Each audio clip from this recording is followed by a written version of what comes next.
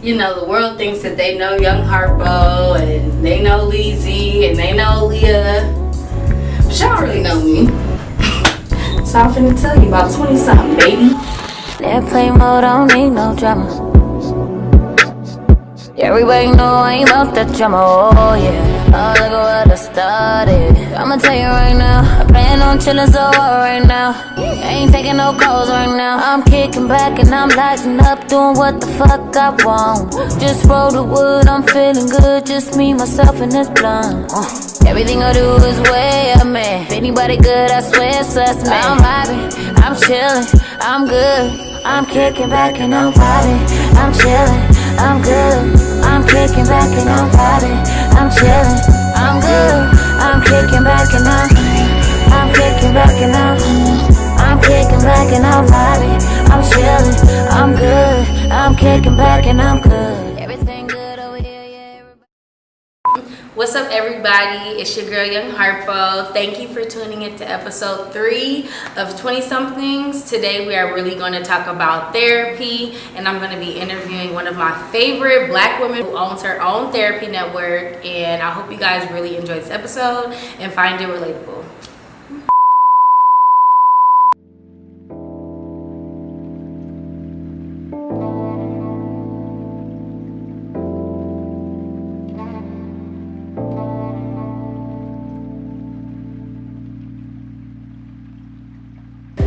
I am Soco Rey LCSW, that stands for Licensed Clinical Social Worker. I am from Chino, California, and I've lived in Inglewood for 3.5 years now. And I am owner of Soco Rey Therapy, which is where we are today. And it is a private boutique mental health agency where we are here to treat those with anxiety, depression, relational issues, and primarily our clientele are millennials, and we love it here.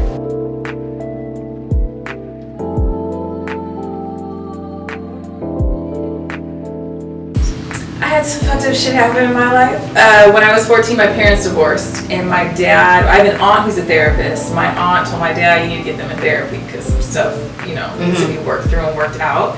So we went to family therapy, individual therapy, and I've just known life with a therapist.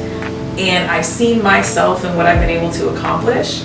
And I've seen people who've been through things like me not do the same. And I know why I've been more successful so far is because I've faced the hard shit and grown through it and out of it, and it's really set me up for success. And there's many other reasons why. Another is just being Black and Mexican and seeing what we go through here is rough and tough, and seeing how other people have it so much easier and are doing better. And it really is because they have mental stability because of the supports that are underneath them. So I wanted to take us to that level, and I know that it starts here.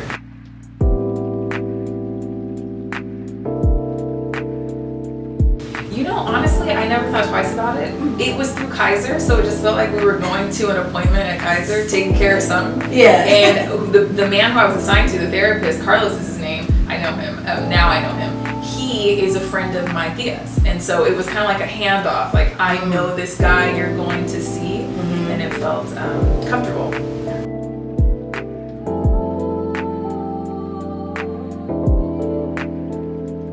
Ooh, that's a heavy question. All in all, my last 2 therapists were old women, and they knew something. You could tell they had this spiritual knowing, and they read me, both of them. I was seeing them kind of at the same time, and you're not supposed to do that, by the way. Yeah. But they told me, like, do you know who you are?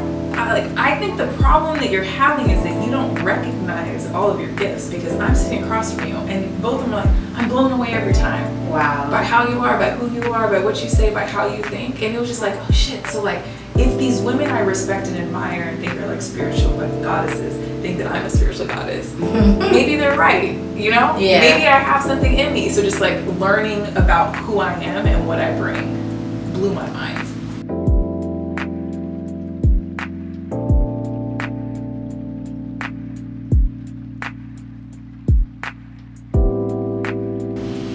Is it okay if I take my shoes off? Oh yeah, girl. This is how I sit in therapy. Yeah.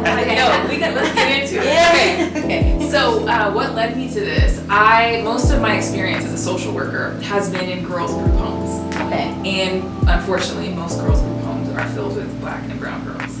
And I was the therapist there. And I remember trying to get them to come meet with me in the backspace or the office. They were like, okay, sure. If they came, most of them wouldn't. But if they did, they didn't know how to do this where you sit and intentionally talk about yourself. But let me take one to Walmart in the van, or let me be sitting at the table eating lunch with them. It's like vomiting emotions. And so I realized, like, okay, so I think we're doing this wrong. I think our people don't do it like this. I think our people need to feel like it's casual. They need to feel like, and I've seen some of the girls with older therapists, they don't want to go talk to their older therapist. They don't want to talk to the white therapist. They don't want to talk to the therapist who has like a horrible wig. Like, they need someone who like looks like who they want to be like, you know what I'm saying? Or something close to them. And they need to do it in something that feels like a home.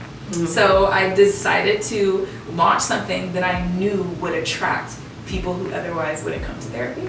Wow. And I did it in Inglewood because I knew the gentrification was happening. And I was like, well, Inglewood's going to be known for something. It's not just going to be the stadium. It's not just going to be the white people moving in. It's going to be Soco Rey Therapy, like a mental health establishment that's dope as fuck. Yes.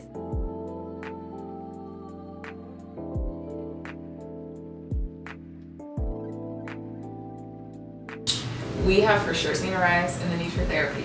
Our numbers have doubled since, what was it, March? From March till, I think, July. Doubled. Wow. Yeah, it was crazy. It was crazy because I also was experiencing the trauma, right? And I was having to be there and grow the business and do a lot. But anyway, yes, there's been a rise, but it wasn't for the reason we all initially thought. We thought people were going to be in a state of frenzy because they were like uncertain about how their life would be. It's not actually that. Most people are thriving in ways they didn't think they would. Like, money seems to be stable for the clients that we are seeing. But people are sitting with themselves now. We're forced to reflect. And when you stop and have time to think about what you've been repressing and avoiding, you're like, well, shit, I got some things to work out. So people have been coming because they've been reflecting and having revelations, and they need help processing and understanding themselves.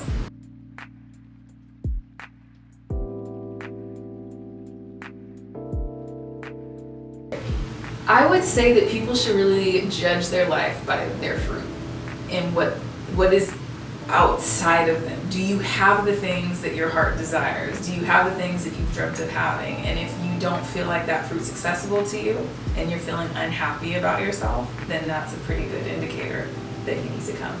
Wow.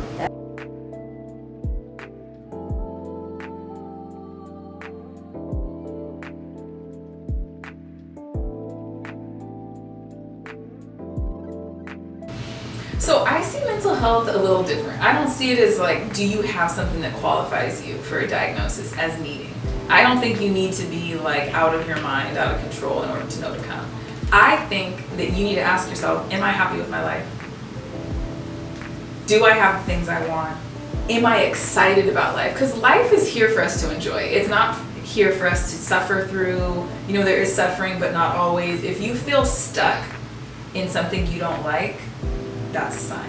If you have a hard time getting out of bed in the morning, that's a sign. If you have a hard time sleeping through the night or falling asleep, that's a sign. If you don't have an appetite or you're overeating, that's a sign. If you find yourself overthinking, overanalyzing, a lot of us, we have this vision for ourselves of what we know is for us, but we feel like we can't get it. And we feel like we just overwork ourselves in our mind to keep ourselves stunted from that thing. So if you feel like you're too caught up here, if you look at the world around you and see people who are living differently in a way that you want to, but you are not able to, that's a sign.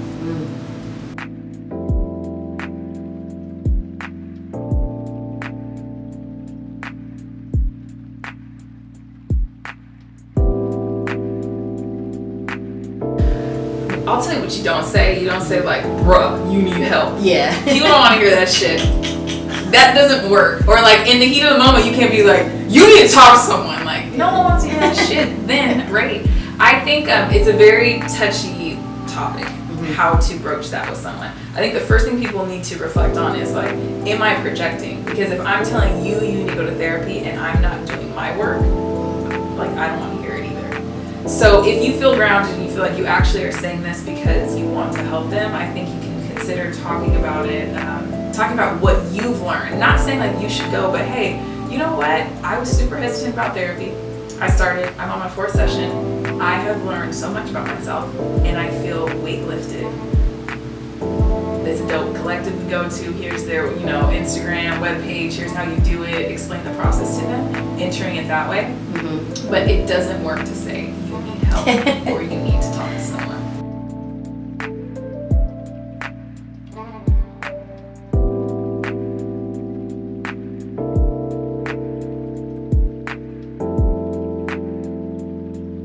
What was hitting me hard in my 20-somethings was everything, it seemed like, but led by breakups. But one in particular, I think I was 28, and my world felt like it was over because a lover left. And I remember thinking, like, this can't be it. My happiness cannot be contingent upon another person's presence in my life. Especially a man, girl. Well, we need them. They're beautiful. But yeah, like, for what? You know that was your husband? I used to think they all were. That's the problem. I was looking for that to be the end. If I get this, then everything is fine. Then I'll have everything. It's like, no, I was convincing myself of something that was not right. So it helped me realize that I had a void that needed to be filled, and it wouldn't be by another person. Because if it was, every time they would go, I would be left here on the ground crying. Like, it's got to be something different. So just figuring out what I needed, how I could stabilize myself, what I could feed and fill myself with, was what got me through. That's what I had to work on in my 20-somethings.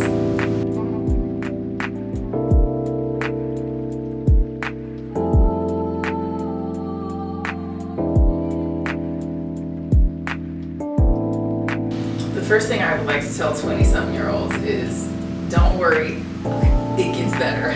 The 20s are fucking hard.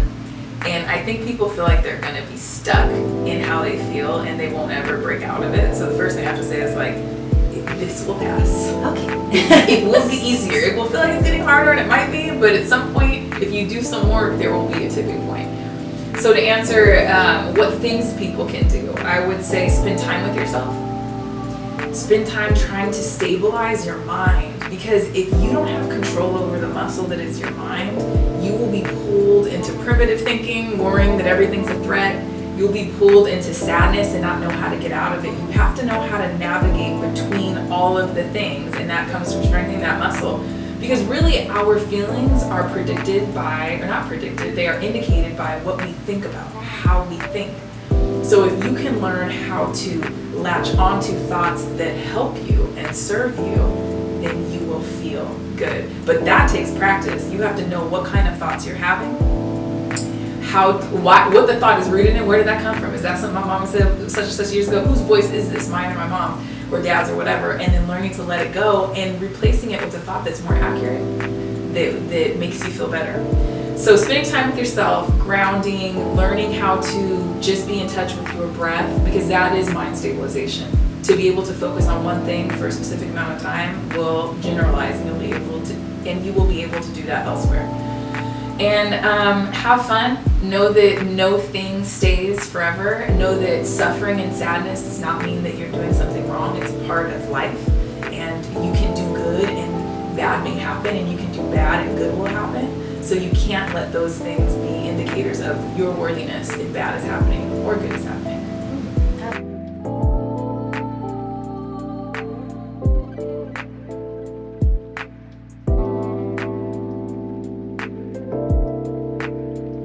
Soco Rey Therapy can be found on the internet. SocoRey.com, that's SoCorey.com.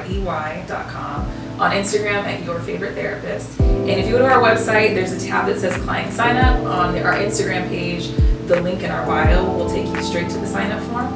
Fill out a few questions and click submit, and we'll get back to you in 72 hours. We'll send you a link to book. And if you can't afford our sessions, you can email me back and let me know, and we can see what we can work out. We sometimes have bundle deals where it'll be like 2 sessions for $150 or 4 sessions for $250. We try to make it reasonable and also keep our doors open.